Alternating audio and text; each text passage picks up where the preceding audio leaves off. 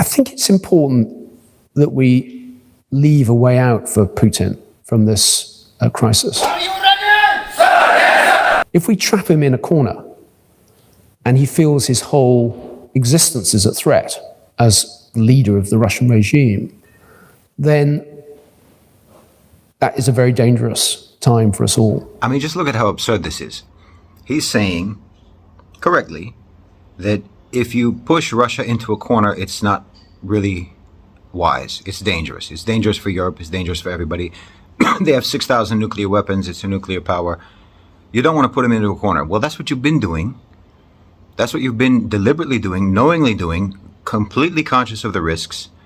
You were warned in the United States, in Europe, the UK, warned by your intelligence services that Russia sees Ukraine as a red line.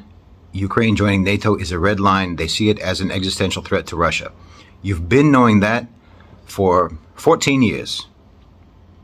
And you've insistently been pushing them into a corner. And now you're saying, if we push them into a corner, it's dangerous. That's what you've been doing. That's what you did do. Knowingly, deliberately, calculatedly. I think it's really important. This is a dangerous time, a dangerous time across Europe. It's really important this doesn't become a conflict between NATO and Russia. And Putin can't turn it into an issue where it looks as though we are battling against Russia. And now you're saying, we don't want this to become a conflict between NATO and Russia. Then why did you insist on the right of Ukraine to become a member of NATO? Why?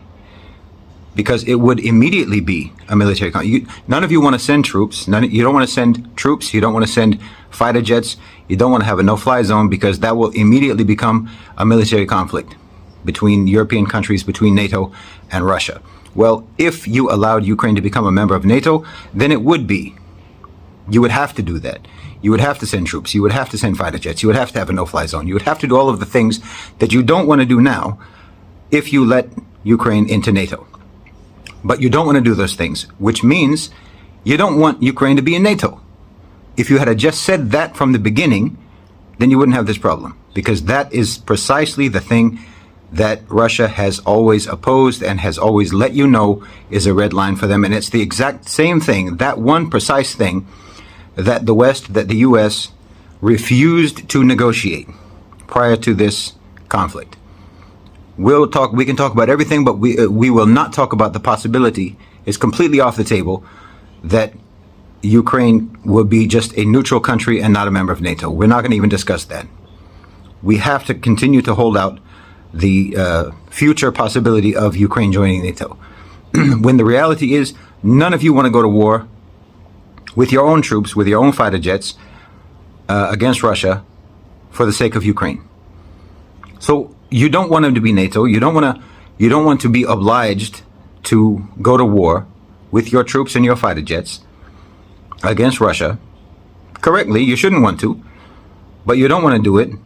But you would have to do it if you let them join NATO, which means you were never going to let them join NATO in the first place. So why didn't you just say that? The entire thing is fabricated for the purpose of what is happening.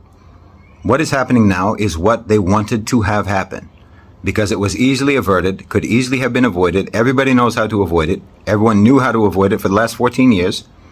Everyone saw it coming for 14 years, and you pursued it diligently until it happened. Meaning that what is happening now is exactly what you wanted to have happen. What we're doing is we're supporting Ukraine in its independence and its self-determination and in its sovereignty. I just wanted to say one thing about hypocrisy. You can talk about the hypocrisy of the West, you can talk about the hypocrisy of the United States and all of that, and it's all true, but you're not learning the lesson from that.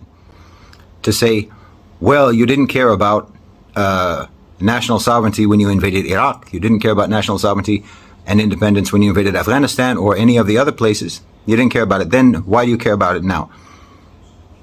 That's true, that's all true. That is hypocritical. But it's only hypocritical if you actually think that the rhetoric means something to them. The principles don't mean anything to them. They didn't believe in national sovereignty when they invaded Iraq. They didn't believe in it when they invaded Afghanistan. And they don't believe in it now. That has nothing to do with the West's response, the collective West's response engineered by the United States to the conflict in Ukraine. It has nothing to do with it. That's just the sales pitch. That's just a rhetorical cover for a project of destabilization that has been pursued knowingly, calculatedly, deliberately for 14 years.